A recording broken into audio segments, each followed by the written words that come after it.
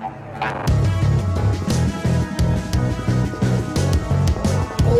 stories, origin stories. Where did we come from?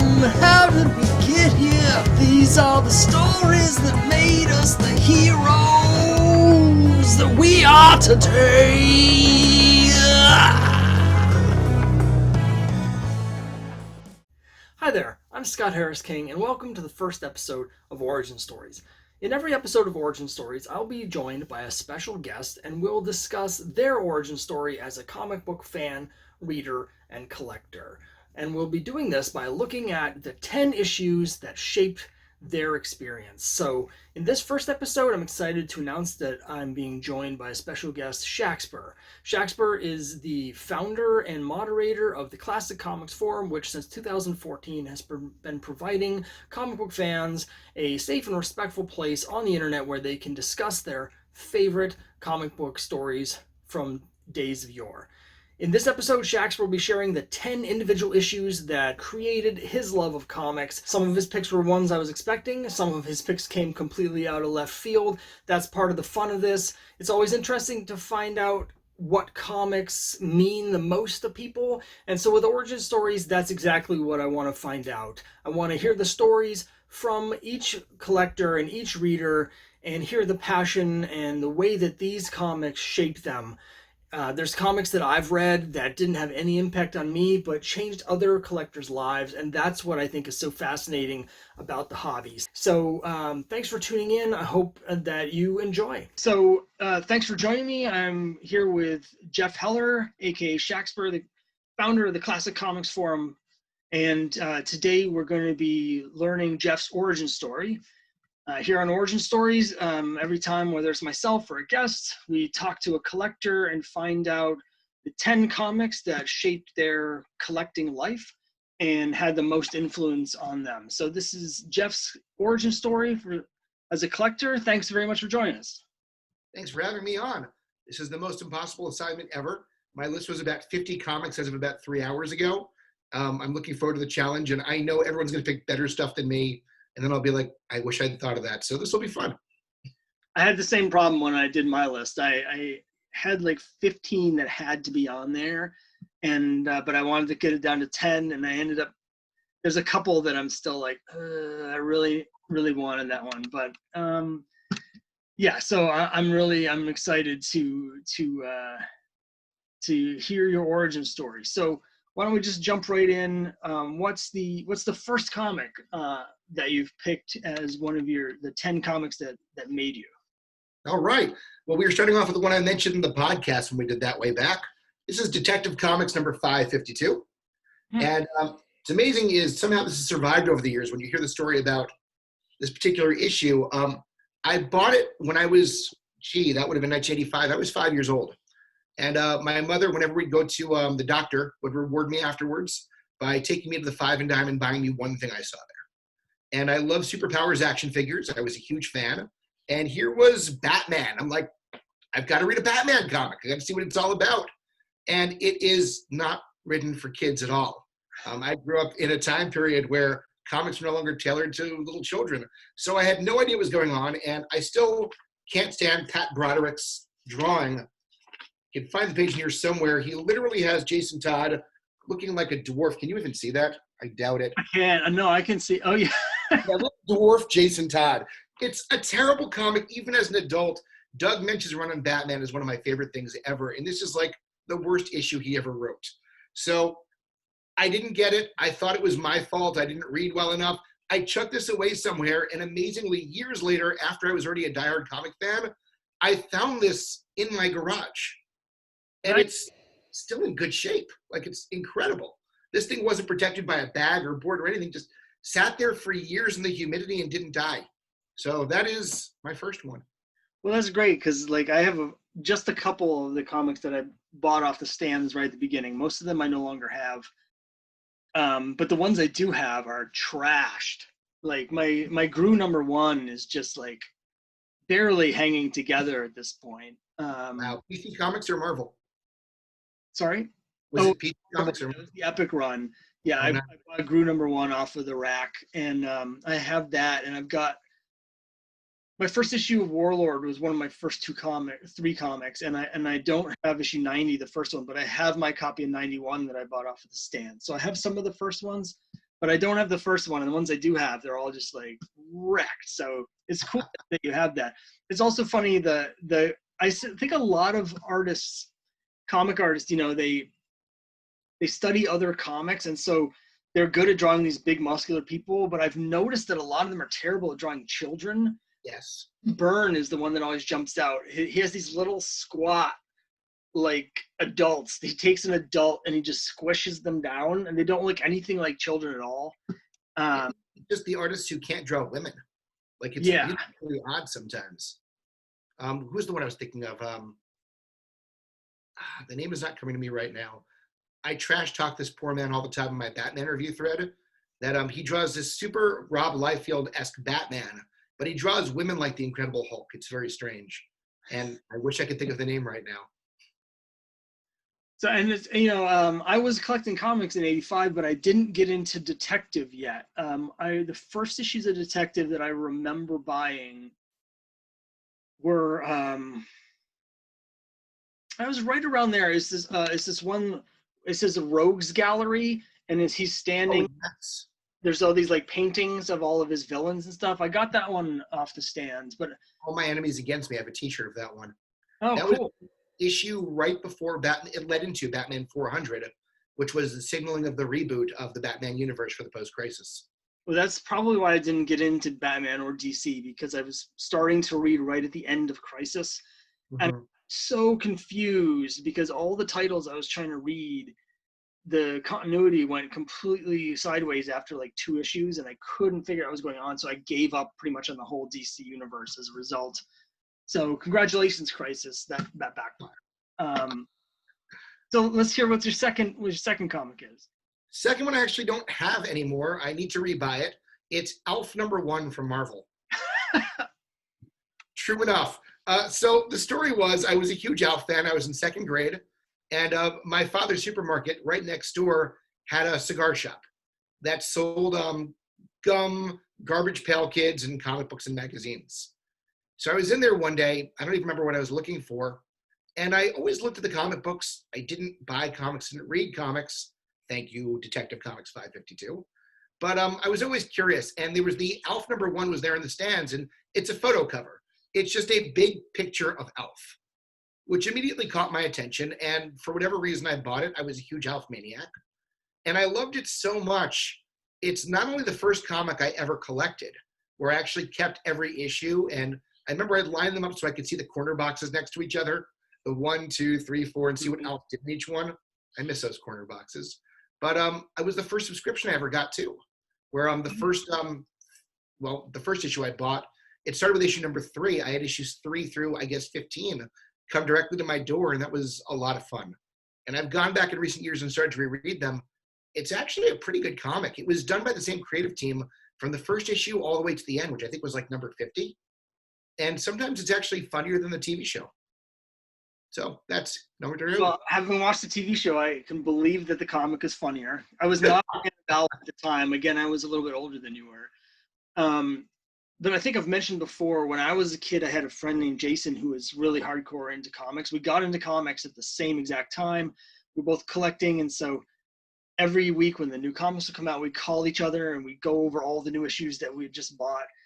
And he's got almost a complete run of Alf that he bought off the stands. He stopped buying it around issue 30, I think, and he doesn't collect comics anymore, but he had his parents' house are all his box of comics, and I've gone through them with him a couple times since in the last few years. And when we get to those Alfs, I just mercilessly make fun of them. But just safety seal covers Alfs. I'll let you know if we can get that Alf #1 for you there. There you go. Does he have the famous safety seal cover where Alf is No. I looked for it because when I was going through his books, I was like, "Oh, you've got Alf. Do you have that?" No, he doesn't have it. Maybe he has a summer special where Alf meets the High Evolutionary, a true high point in comicdom. Reminds me of the Jerry Lewis series at DC. Right? Oh, yeah. They started bringing in all the DC characters. So you've got Wonder Woman and Batman and Superman are all interacting with Jerry Lewis. A little kitsch is good for the soul. Yeah. All right. So what's your number 3? Number 3, this also came up in the podcast, is Batman number 428, um, which was the death of Jason Todd. And it was actually the first superhero comic I read and understood and enjoyed. The story of it was one day I and my best friend were along for the ride with my mom at college. I forget what she was doing there that day, but a friend of hers mentioned to her, hey, did you hear Robin died? Everyone's freaking out about this. And I loved Batman, even though I didn't read comic books. I had the licensed PJs. I watched the Adam West Burt Ward TV show. I loved Super Friends. So my mom was like, you need to get a copy of this. So she immediately drove my friend and I to the closest stationery store and gave us both, I think, like a $5 bill, which was way too much money. We didn't tell her that. And we went in and, as instructed, bought 2 copies, and my friend had no interest in them. So I kept them both.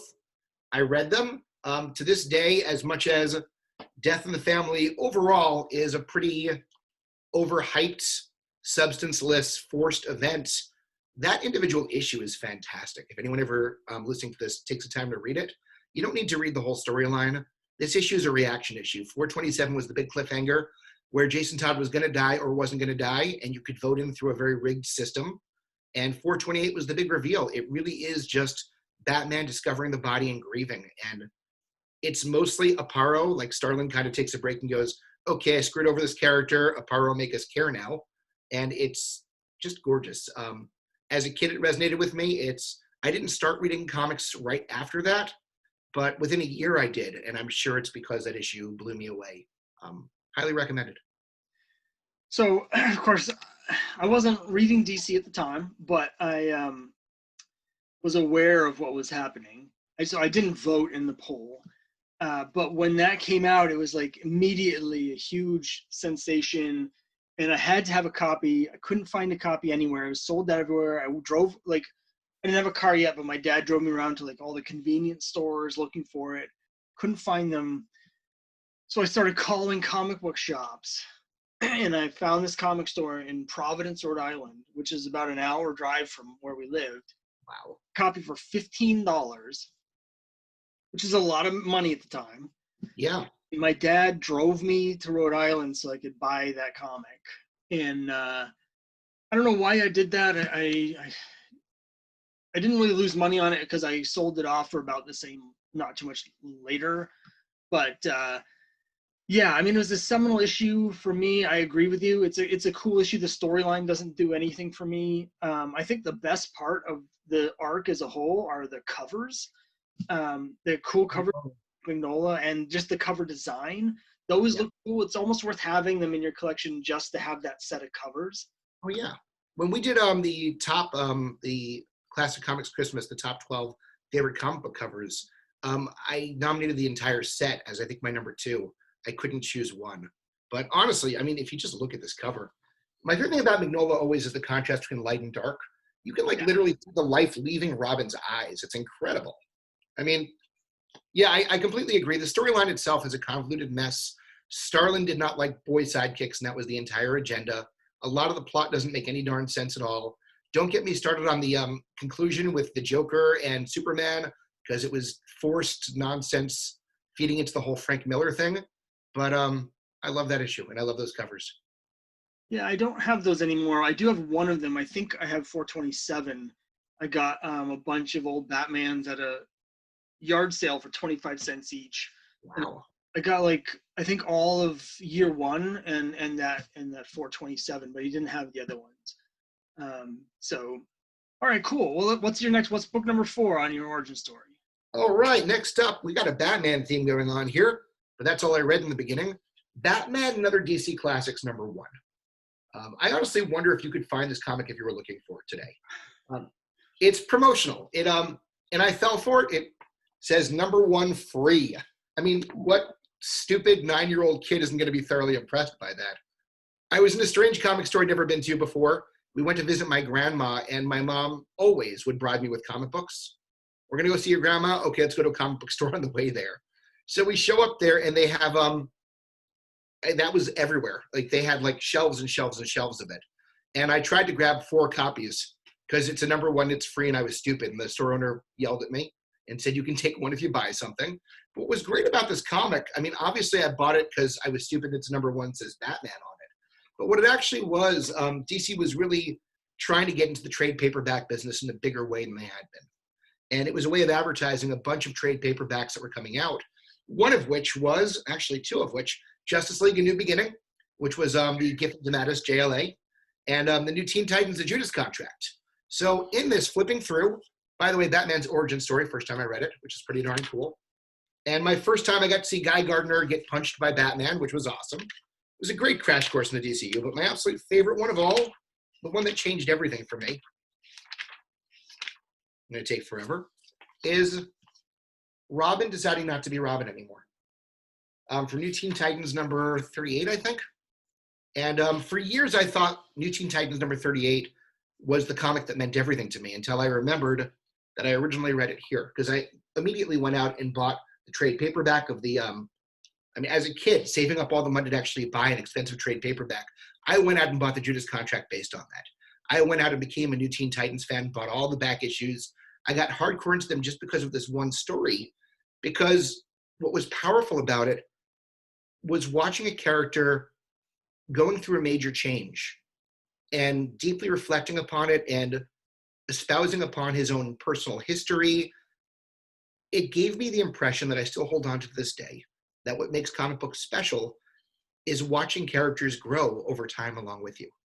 You know, if you read a book, maybe an author has a 12-book series of a character. And if they're lucky, maybe they get out more than that. Maybe they get out 15, 20 books in their lifetime of this one character. And the problem with that is, over time, either the character has to age dramatically, where you're going to miss a lot of time in between those 2 books that were published, or else the character doesn't grow or change at all. And comic books, when they're done right, every month the character is going through miniature progressions and changes just like you are. Of course, that was a lie. I found it afterwards. A lot of the backstory Wolfman was creating was made out of thin air or trying to tie together bits and pieces that didn't quite fit before. But it cast a spell on me, and I still maintain, if it hadn't been for this comic, I wouldn't still be a comic book fan today. There'd be no Classic Comics Forum. You and I wouldn't have this discussion. I would have thought comics were stupid, by the time 1994 rolled around and Turok Dinosaur Hunter #1 was the biggest selling comic book, and every DC character had died or been broken by this point. This is what made me come back and keep caring, because it showed me characters in comics could have souls and could progress and grow, and that the medium could do things other mediums couldn't do. I couldn't get this out of a book. I couldn't get this out of a film.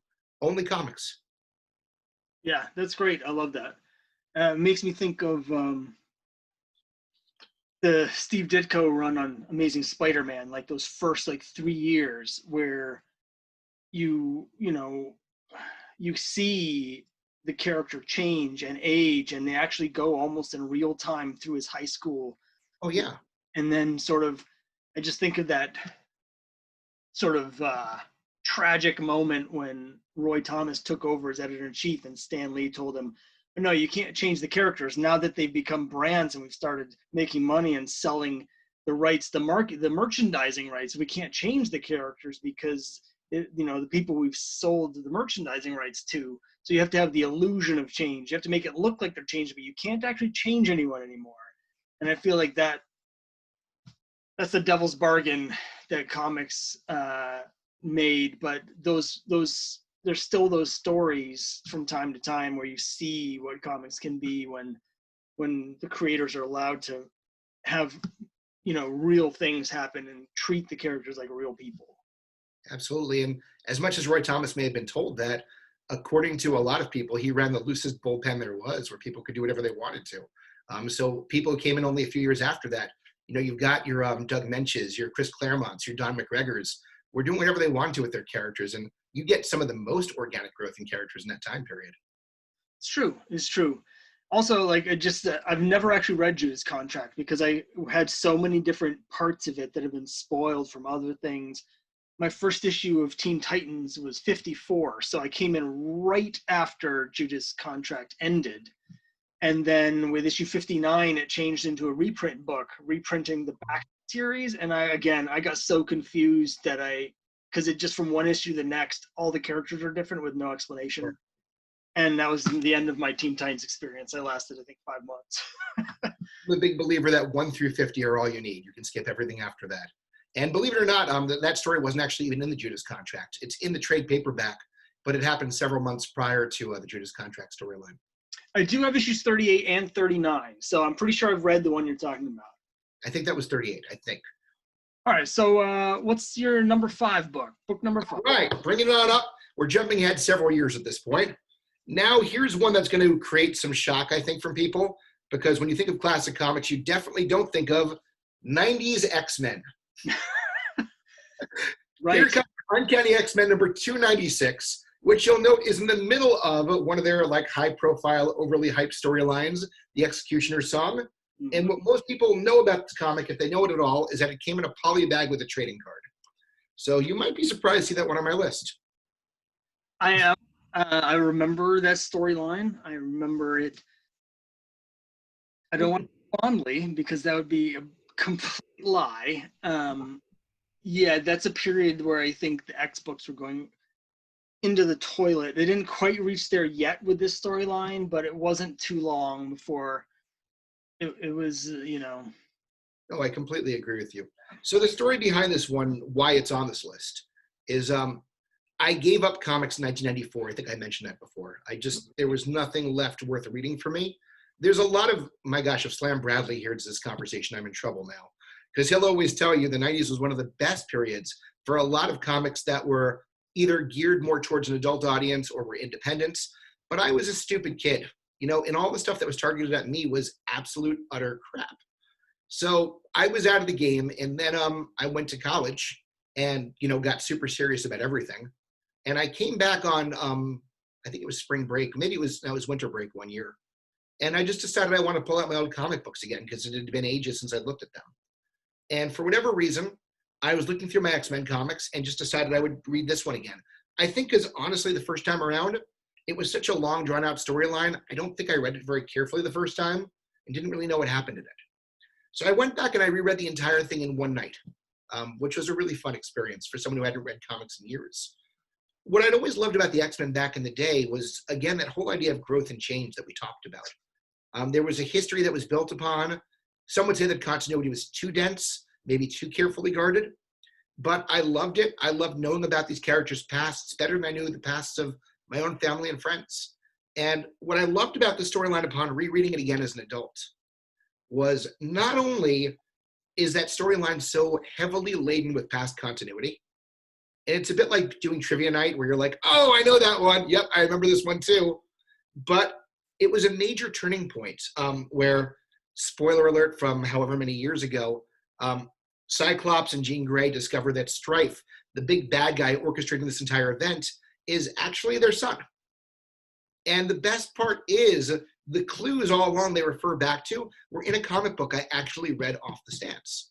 Whereas so much of X-Men continuity, the good stuff had been years over with. As a kid starting in the 90s, I missed it all. But I'd been there when that comic came out. And so I felt proud. I felt a part of it. And it made me want to read X-Men again, which led to me getting back into comic books. Because of that single story, that single issue, I became obsessed with hunting down all the old X-Men comics. I built a run from Giant Size number 1 up until number 325 or something like that, long after it was bad. And then that led into me getting into other comic books again. And it all happened because of that issue. That's great. I'm glad that issue served a purpose. I don't mean to be too harsh on it. It's just... No, it's all right.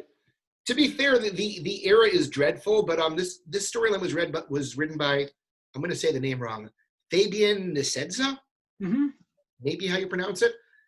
I found in the 90s, he was really the only one, maybe Peter David did some too, who was writing decent X-Men stories, sometimes actually good X-Men stories. And this one is pretty good. It's not their finest hour, but there's decent character development. It's not all just cool poses and shocking reveals. It's a decent storyline. Yeah, I have to admit, I'm secretly a big fan of Cable. I say that I'm not sure I own any comics anymore that have Cable in them, but I do want to get like a New Mutants 87 because it's Cable. I like Cable, and I remember that story being a lot of Cable stuff. So that was good at the time. All my favorite X-Men stories from that time period involved Cable. I think the last issue of Uncanny X-Men I thought was good was like by Scott Lobdell. I think it was 310, was where Cable and Cyclops have a talk over Thanksgiving about. Oh yes. Yeah, that was a really good one. I don't think there was probably any good issues of X-Men after that. I read that in the Greyhound bus stop. It's crazy. I remember that. Yeah.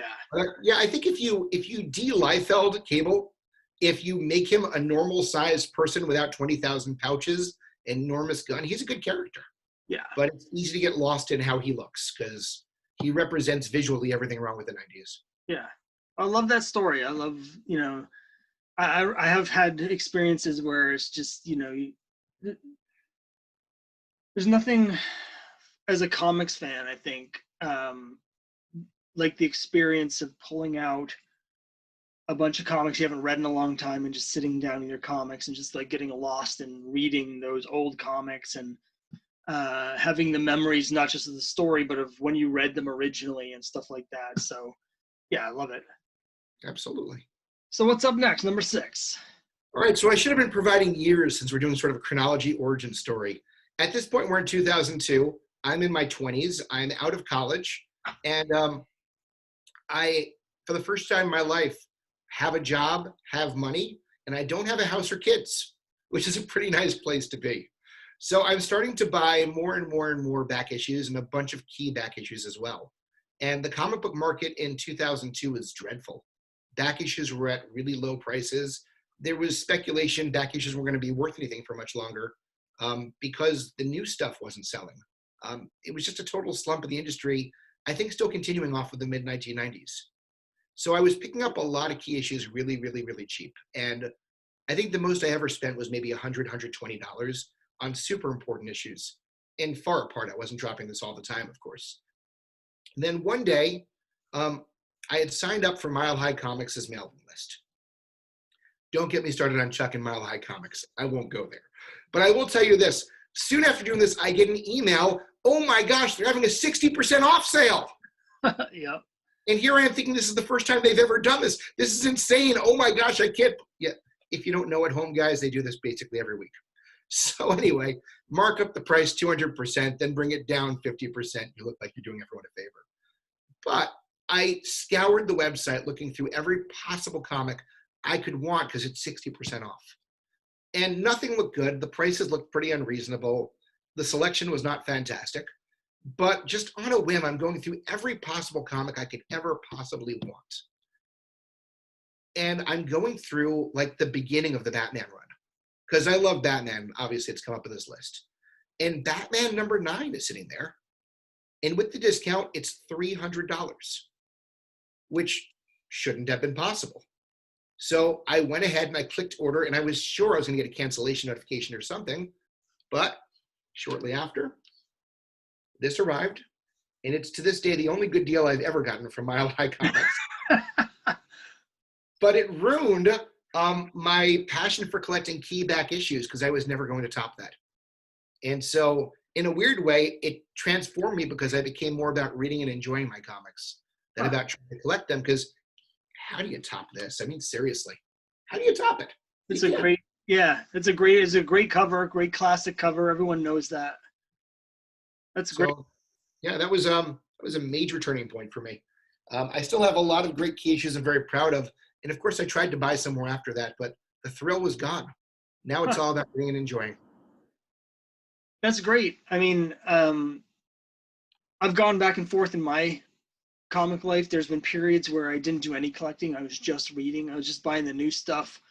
I remember there was a period, in around that same time where I'd gotten kind of my first apartment and I had a job, and I wasn't into collecting anymore. It was early 2000s, but I would still read the new stuff.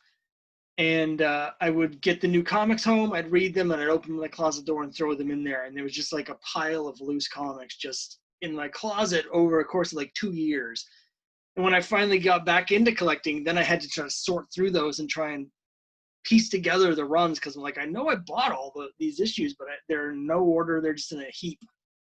And then I've had other periods where I'm not into the reading at all because I just am not finding any new stuff. I'm not into reading any new comics. And so it's really collecting the old ones is where my interest turns. So it's interesting how that sort of goes back and forth. It's very interesting that once you got that big key, you no longer felt the need to keep collecting keys like that. That's really interesting. I suppose I could always get a Batman #1, but I'd probably have to sell my house and sell quite a few other things to make that happen. I don't know if I have it in me. Yeah, there's certain things where like even there's comics that if they were at the price they were 8 years ago, I could get them now, but 5-10 times as much. There's certain brief windows. I had in my hands a Journey into Mystery 83 at one time that my local comic shop got in. They were offering it to me first because they knew I wanted one, but I was just about to buy a house, and so I was like, I really didn't. And this kind of sailed. Like, that copy would be 3 times as much now, and I just can't do it. And I've got a lot of other great stuff that some people would consider better than this. I've got my Showcase 22 and Albedo #2 and all this other stuff people would probably value higher than that. But for me, I was never going to beat Batman #9. The iconic cover, the time period, even just early DC. I love the size of the book. I love the actual texture of the inside cover. Just having something this old. And it's actually crazy. I did ultimately track down a Batman #8 and #10 for only slightly more money, but there was no thrill in it at all. #9 was really where it stops for me. I've got Batman #100 up through the final issue of the pre-reset run. Nothing matters to me the same way that #9 does. It's an odd thing. Well, if the thrill's worn off and you want to get rid of that Albedo #2, just... Actually, I'm in talks to sell it. Funny you mentioned that. Oh, because the prices on that have gone berserk the last 2 or 3 years. I tried to buy one last year, and the going rate supposedly was a mid-grade. It wasn't, it was only like a 6.0, and I bid up to $850 on it, which is more than twice as much as I've ever paid for a comic. It ended up selling for almost $1,900. Yeah, that's about right.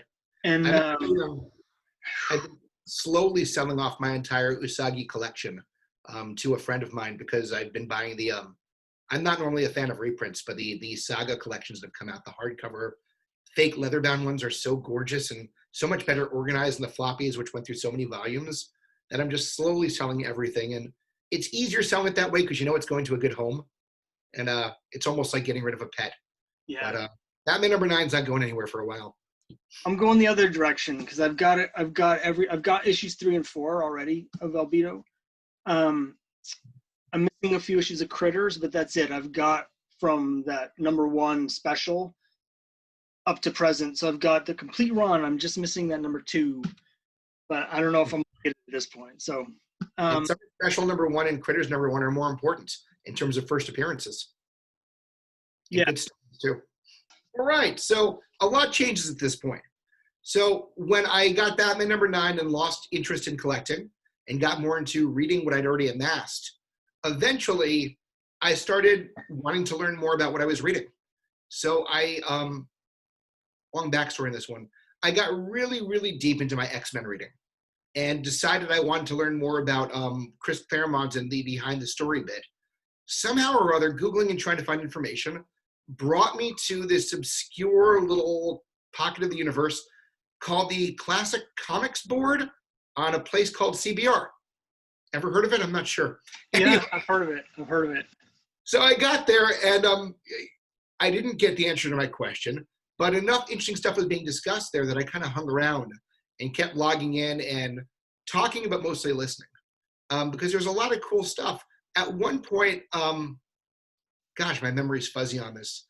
I decided I'd gone to a show and I'd gotten the first appearance of Galactus, which I thought was, by the way, it was $50 back then. Funny how things change.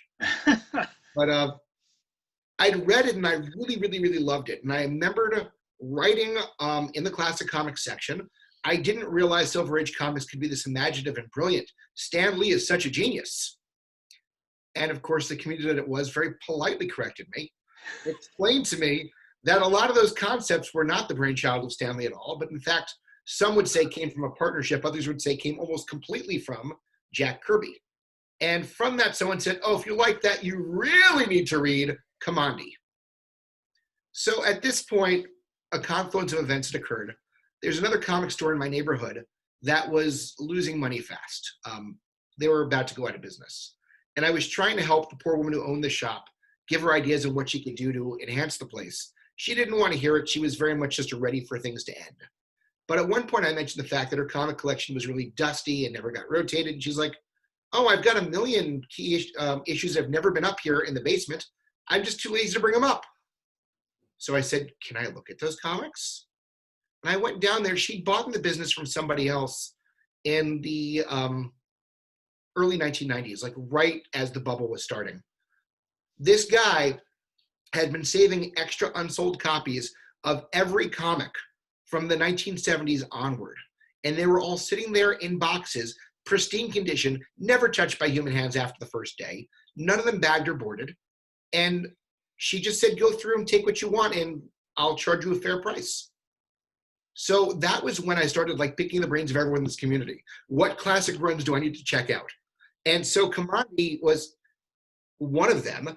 And as a result, I firmly, clearly remember this. Kamandi number 9. I had bought the entire run and one day just decided to take a quick walk to the local coffee shop. I sat in a little couch by the corner, got myself a coffee, and just sat down and read the first 30 issues of Kamandi one after another. And it was just one of those moments in my life where you suddenly realize everything is right with the world. When I got to issue number 9, if you've never read Kamandi before, and I'm sure you have, but for anyone who's watching this thing, it's Kirby at his absolute finest. You know, I like Kirby's art. I love Kirby's imagination. And so Kamandi is this kid in a post-apocalyptic landscape wandering around. And every issue he ends up in a completely new comic book premise. Totally new characters, totally new backstories, totally new concepts in the underlying universe. Every one of those stories could have been its own 50-issue comic run. But every issue is a totally new premise. Number 9, he jumped genres completely and blew my mind. It goes sci-fi, whereas before it had been mostly fantasy and anthropomorphics. Suddenly we're at tracking station or tracking site and learning all this stuff about crazy futuristic things. And my mind was just so thoroughly entertained. And while I would never put Kamandi number 9 on my list of top 10 or 20 favorite comic books, it was the moment. It was being there with a stack of comics to read and being in the middle of a journey. I was so lucky back then that there was so much I hadn't yet read and experienced. And there's still some great stuff out there I haven't found. And through the CCF, I'm finding it all the time. But the world was a new and exciting place. And Kamandi was one of those runs I sank my teeth into and just dreamed and loved and breathed in. And I just remember reading number 9 and being totally in love with life and living. That's great. I have read some Kamandi. I've never read the whole series. I am a fan of Kirby's work at DC, which not everyone is, particularly his non-Fourth World work. I prefer other stuff. I agree with you. Who doesn't like that stuff? I think there's some people that think his writing, his idiosyncratic speech patterns. Yeah, I got you. We're talking Fourth World then. Yeah. But I like it, you know. And don't let Tollworthy hear this because he'll freak out if he hears anyone bad-mouthing Kirby.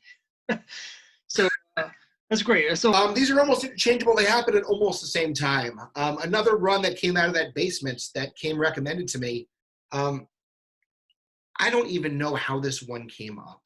It might have been that we're talking about violence in the comic code or something. Someone told me I need to read Michael Fleischer and Jim Apato's work on the Spectre. And so that was one of those other runs I sunk my teeth into. So the one I'm showing you is not the first issue of the run. It's Adventure Comics number 434. I think this was the second or third one. This is the one that resonated with me the most for some reason. What was fun about those stories, of course, was how cleverly they circumvented the comic code. So you can't show blood, you can't show dismemberment. Okay, let's have someone transform into a wooden mannequin and then gruesomely dismember them. We can't show blood. Let's watch them melting to death. It's horrific and visually brilliantly sadistic. But that wasn't why that was so important to me. What mattered to me most of that run was I'd never discovered the Spectre before. He was a character I knew nothing about, and I found him fascinating. And I wondered, a character with the powers of a god, how do you tell a story like that? From week to week, how does he face challenges? And I love the visual look. And so as a result, I went back and I couldn't get the Golden Age stuff at that time. But I was able to pick up all the Silver Age stuff, the Bronze Age stuff. I assembled a massive run of it. And the reason why this is so important was I compiled all my findings into a couple of posts on the Classic Comics board. And it was essentially my first ever review thread. I don't know why I didn't save it when the Classic Comics board got shut down. I should have. But anyone who knows me on the CCF, my favorite thing to do is review threads. It's my passion. And that was the birth of that, was really this memorable issue of Adventure Comics number 434. So let me tell you my story about Adventure Comics 434. When I was a kid, just a couple years into my collecting, so it's probably 86, a guy that worked with my dad had collected comics when he was in college, and he basically gave me, technically he just lent me these comics so I could grade them and price them for him, but eventually we worked out a deal where he ended up just giving to me because he didn't care. 3 long boxes plus 2 like big cardboard boxes of books from between 74 and 76. Nice. Mostly DC, and he had almost the whole run of those Fleischer issues of Adventure. So I read those along with all this, Bronze Age DC stuff in the mid 80s. So like when Crisis was going on and I had no idea what was happening in the current DC universe, I was like, that's okay. I can go read stuff from 1974 and 1975 instead. So I think I have that issue. I have several issues from that run. I'm sure you're aware, but whenever I think about that run, I think about the story where Michael Fleischer basically had like a nervous breakdown. Yes. Because Ellison made some comments about him being a deranged psychopath because of these stories that he read. And Fleischer, I guess, took it very seriously for whatever reason and had some real problems as a result of those comments about these issues. And the run takes a complete downturn after that as a result too. Yeah, it's too bad because he's done some books that I really, really like. It's not my favorite of his, but I really dig some of his work from the 70s. So yeah, his Ghost Rider stuff is a lot of fun. Yeah. All right. So what's up next? Book number 8. I think we're on number 8. 9, I think. I think number 9. Okay. We're up to number 9 already. I might have missed one somewhere. I think it's 9. Let's find out. All right. All right. So number 9, another long backstory, because of course these are origin stories. So another run that I was much more hesitant to try that was heavily suggested, Classic Comics section. I'm trying to remember the name of the user. We haven't seen him in years. It was like Hagerman or something like that. Was passionate about the Barks Duck stories.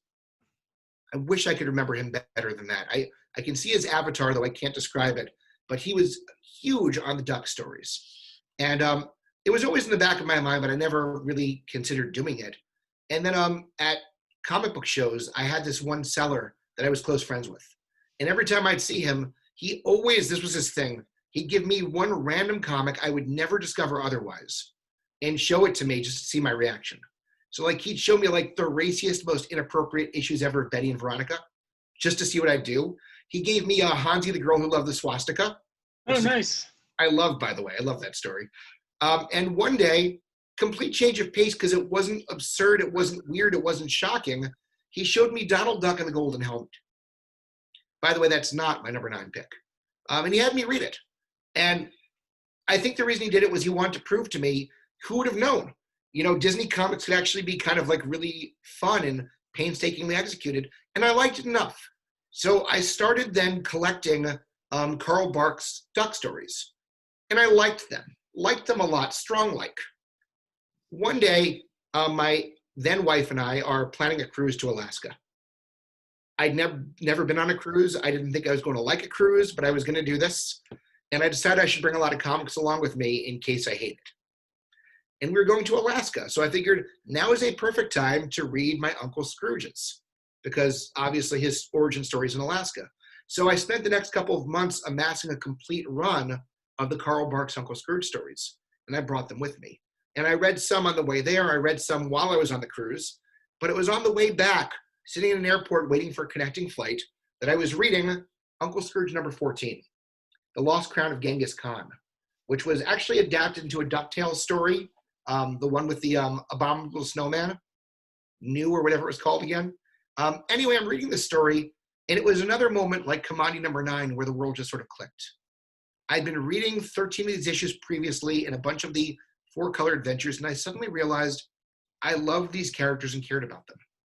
And I loved this adventure, and I saw the brilliance in it. It was so clever and action-packed and funny and endearing all at the same time. And I loved it in a way I haven't loved many comic book runs. And I became a diehard Uncle Scrooge fan after that moment. And that was the book that did that for me. That's great. You know, it's interesting. I have not read the Carl Barks stories. I've just read The Life and Times of Scrooge McDuck by Don Rosa. And I had heard about it, of course, but I came into it in a weird way because for many, many years that was out of print in the US. And they had this one collection that was going for like $60, $80, $100 online because you couldn't get it anywhere. And I happened to be at a flea market and someone had 3 copies of it for $5 each. Wow. Like an idiot, I only bought 2 of them. I left the 3rd one. I gave one to a friend of mine who's a Disney fan, and I kept the other one for myself and read it. And I thought it was awesome. I absolutely loved it. But I've never read the Carl Barks, because I know the Don Rosa one sort of intertwined with the original Barks stories, but I've never actually read the Barks ones. Yeah, Rosa really out-nerded anybody else in the world on this. He so carefully and lovingly researched every reference Barks makes to Scrooge's past, to the point that there's certain details and decisions he made that were only there to please him. Nobody else would even notice. I'll be honest, I think Life and Times is a superior work than most of Carl Barks' actual work on the Ducks. Don Rosa probably wouldn't agree. I do. But I hadn't read Rosa yet. And it was really just the thing. This is what our community that is now the Classic Comics Forum has given me, is the ability to just read these runs that just make me love life. You just take a moment and just go, I could not be happier than I am at this moment, discovering this new run I never knew about before. And that was a high point of my comic reading. Yeah, that's great. Just hearing you say that just reminds me really of being a kid and reading, you know, again, like when I got those 3 long boxes of books from the 70s, characters and titles I'd never heard of. And one that's on my origin stories list is reading Weird Western with Jonah Hex. Oh, yeah. And I had read Hex number 1. Like, Hex number 1 came out around that time where they had revamped the character into a post-apocalyptic Mad Max future. I hated it. But I was reading those original Weird Westerns with him from the early 70s and just being enraptured, just loving, you know, that, just discovering this thing that I had never had any idea existed. See, I didn't get the opportunity to feel that way about comics when I was a kid because I grew up in the 90s. You know, that opportunity didn't exist. I think this is a vast generalization, but I think most people my age who like comic books either appreciate comics I have no respect for or appreciate comics for the wrong reason. I think a lot of those people, if you talk to many people who are about 40 years old who still love comics today, they want to know why Youngblood number 1 hasn't gone up in price yet. That's sort of their perspective because that's the stuff that was around. I was really lucky because I was reading classic New Teen Titans stories because of Batman and Other DC Classics number 1. I was reading, thanks to Classic X-Men, which by the way barely got cut from this list today, I was reading the original X-Men stories not the original, the really good Chris Claremont stuff, as opposed to the stuff that was on the stands or really alongside them. But most of the great comics I've read in my life, I've read as an adult because I didn't know about them until I was older. They weren't on the shelves when I was a kid. So I got to have my kid-like experience in my 20s and my 30s. Yeah, it's interesting. I was lucky since I started in the 80s. I was reading during several runs that are now considered classics. Like, I read stuff like for Avengers, The Mansion Siege. I read that when it was coming out. And there's books that came out that I didn't read when they're coming out, but I remember seeing Watchmen on the stands every month. It just wasn't something I was into. But what I was really into at the time was actually the books from the 70s. So this big collection of the 70s stuff. I like the older stuff better than the stuff that was current. So by the time the stuff in the 90s happened, I was sort of already into the back issues more than the new stuff. So yeah, absolutely. What do you have for book number 10? I have a guess to what it is. I have a guess what it is, but I'm so curious. Can you tell me first? Well, I have one on my list that I thought you might have on yours. It's not an Archie comic. Okay, never mind that. If my list had been like 30 or 40, maybe. Okay, I wasn't sure because, yeah. All right, let's hear it. What's number 10? Unfortunately, number 10 goes back probably about 6 or 7 years ago. This must have been recommended by somebody on the, at this point, I think we're the Classic Comics Forum. CBR has gotten rid of the Classic Comics section. Someone had recommended this thing to me and I bought it. And I really was iffy about it because it didn't look like anything in my collection, anything I'd ever read or enjoyed before. But I was taking chances. I liked Uncle Scrooge. Who saw that coming? So I was open to new things. And I put off reading this thing and put off reading this thing, put off reading this. And finally, one night, I have to get a sleep study done. If you've never done a sleep study before, they're miserable. You spend hours waiting in a room for someone to hook wires up to you. And once they do, you're supposed to fall asleep with 20,000 wires attached to you. And it's the most terrifying experience. I brought this to read just in case I needed something to do and I was bored and nervous. And so I brought along Corto Maltese and the Ballad of the Salty Sea. And I started reading it, and I shouldn't have been able to pay attention. In that white room that was simulated to look like someone's bedroom but clearly felt more like a department store, I was really, really, really entertained. Really entertained. To the point that they'd asked me to put it down while they were attaching the hoses and the wires to me. And then something like 4 a.m, they wake me up after I'd been in deep sleep for like 20 minutes and said, "We got the data we needed, go home." And so I was really confused. I thought I was sleeping the whole night. So I drive home and I decided, you know what? Screw it. I'm wide awake. I want to read the rest of this comic. I pulled into an all-night Dunkin' Donuts, got myself a coffee, and read the entire rest of the book in one sitting. And it was... My girlfriend's son asked me just today what my favorite comic of all time is, my favorite story. And I don't know that I have an answer, but I know that I've read this now 11 times.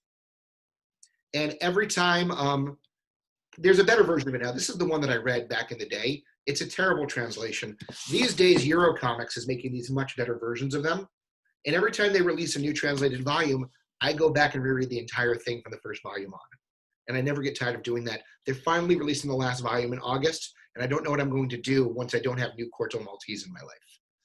But that is another moment that I just fondly recall being dead tired up in this sleazy Dunkin' Donuts at 7 a.m, finishing a comic because the sun is coming up and thinking, I can't believe it's over.